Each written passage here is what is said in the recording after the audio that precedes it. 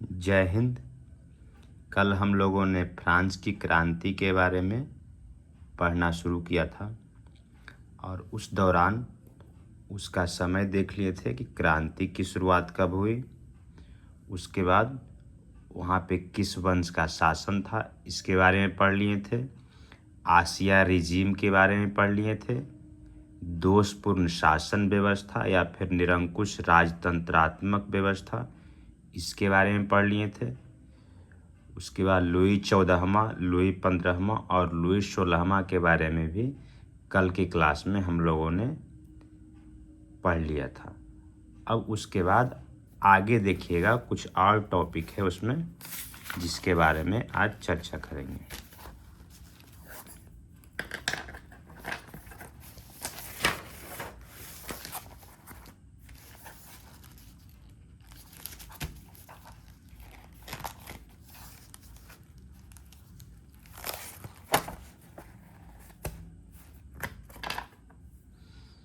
देखिए आगे का टॉपिक है लेटर द कैचेट, इसके बारे में भी कल पढ़ लिए थे।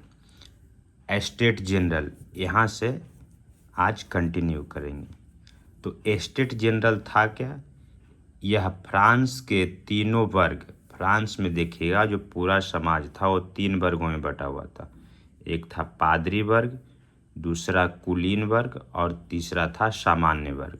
यही तीनों की जो प्रतिनिधि सभा थी वही कहलाती थी एस्टेट जनरल। और एस्टेट जनरल का काम था राजा के कार्यों पर या फिर राजा पर अंकुश लगाना। और उसमें देखिएगा 1614 ईस्वी के बाद से इसका कोई अधिवेशन हुआ ही नहीं। और उसके बाद अगला टॉपिक है पार्लमा। पार्लमा क्या था? तो पार्लमा एस्टेट जनरल के अभाव में, अगर एस्टेट जनरल, क्योंकि एस्टेट जनरल देखिएगा 1614 के बाद इसका कोई अधिवेशन नहीं हुआ था, तो इसके अभाव में राजा पर थोड़ा बहुत नियंत्रण करने का काम करती थी। इसकी मुख्य भूमिका उच्च न्यायालय के समान थी। कभी कभी देखिएगा यह राजा के आदेशों को भी रजिस्टर्ड करने का काम करती थी। फ्रांस में देखिएगा जो सबसे बड़ी पार्लियामेंट थी वो थी पेरिस की पार्लियामेंट। चलिए उसके बाद देखते हैं। अब है लुई 15वां। लुई 15वां यह मैडम पंपार व बेरी के प्रभाव में था। उसके बाद कल चर्चा किए थे हम लोग लुई 14वां और लुई 16वां के बारे में भी। कल बताए थे कि लुई 14वें के शासनकाल में फ्रांसीसी ईस्ट इंडिया कंपनी की स्थापना की गई थी। उसी का एक मंत्री था कोलवर्ट, और कोलवर्ट के द्वारा ही उस कंपनी की नींव रखी गई थी। और उसके बाद देखिए लुई 16वां। लुई 16वां अपनी पत्नी मेरी अंतवानेत के प्रभाव में रहता था। और मेरी अंतवानेत देखिएगा ऑस्ट्रिया की राजकुमारी थी। आगे उसमें है वर्साई का महल। फ्रांस में जो राजा का महल था उसी को वर्साई का महल कहा जाता था। इसे फ्रांस की जनता राष्ट्र की समाधि कहकर पुकारती थी। और उसके बाद देखिएगा फ्रांस में राजा जनता से 385 प्रकार के कर वसूलता था। अब अगला कारण है सामाजिक कारण, या इसको बोलते हैं सामाजिक असमानता। पूरे फ्रांस में देखिएगा जो फ्रांस का समाज था 3 भागों में बटा हुआ था। पहला प्रथम स्टेट, द्वितीय स्टेट और एक था तृतीय स्टेट। प्रथम स्टेट में कौन था? तो प्रथम स्टेट में देखिएगा पादरी वर्ग थे। द्वितीय स्टेट में कौन था? तो कुलीन वर्ग थे जिसको सामंत कहा जाता था। और तृतीय स्टेट में कौन था? तो सामान्य वर्ग। इसमें मजदूर था, किसान था, वकील था, अध्यापक था, दुकानदार था।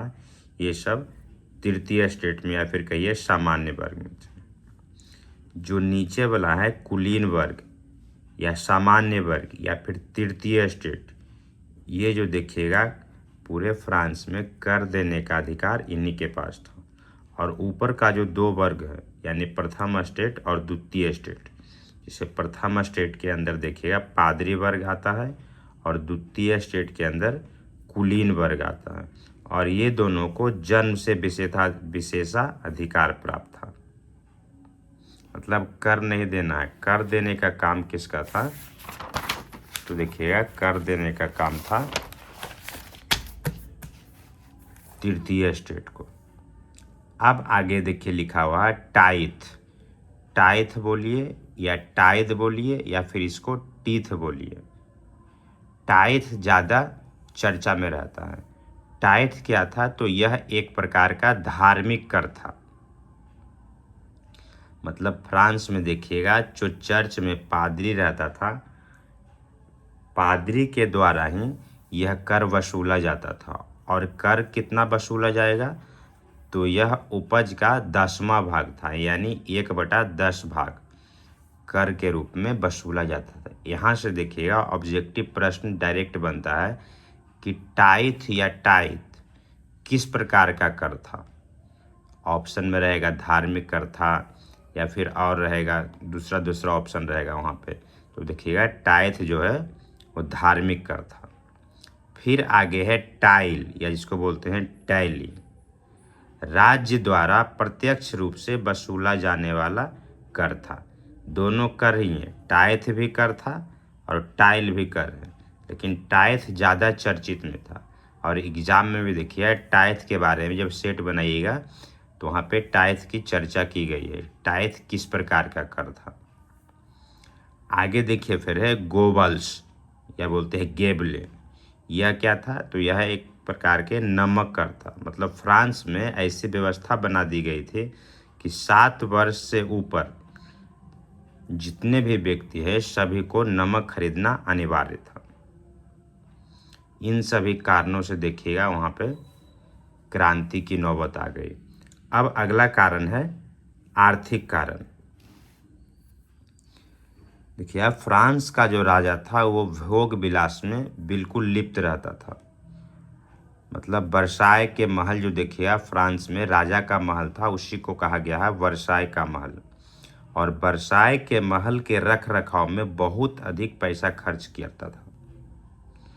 उसके बाद देखिएगा अमेरिका के स्वतंत्रता संग्राम में ब्रिटेन के खिलाफ युद्ध के कारण फ्रांस पर 10 अरब लिब्रे का कर्ज आ गया था। लिब्रे बोलते हैं फ्रांस की मुद्रा को, जिसे भारत की मुद्रा को रुपया कहा जाता है, उसी प्रकार फ्रांस की मुद्रा को लिब्रे कहा जाता है। इसलिए राजा ने कर बढ़ाने का निर्णय ले लिया। उसी क्रम में देखिएगा फ्रांस में 7 वर्ष से अधिक आयु के प्रत्येक व्यक्ति को, यही अभी बात कर रहे थे कि 7 वर्ष से जितने भी आयु के अधिक व्यक्ति हैं उनको वर्ष में एक बार कम से कम 7 पाउंड नमक खरीदना अनिवार्य था। मतलब आप उसका उपयोग कीजिए या नहीं कीजिए उससे मतलब नहीं है। नियम था कि जो भी 7 वर्ष से अधिक आयु के व्यक्ति हैं उनको वर्ष में एक बार कम से कम नमक खरीदना अनिवार्य है। अब देखिए आगे है बौद्धिक चेतना या बुद्धिजीवी वर्ग। इसको कल कंटिन्यू करेंगे।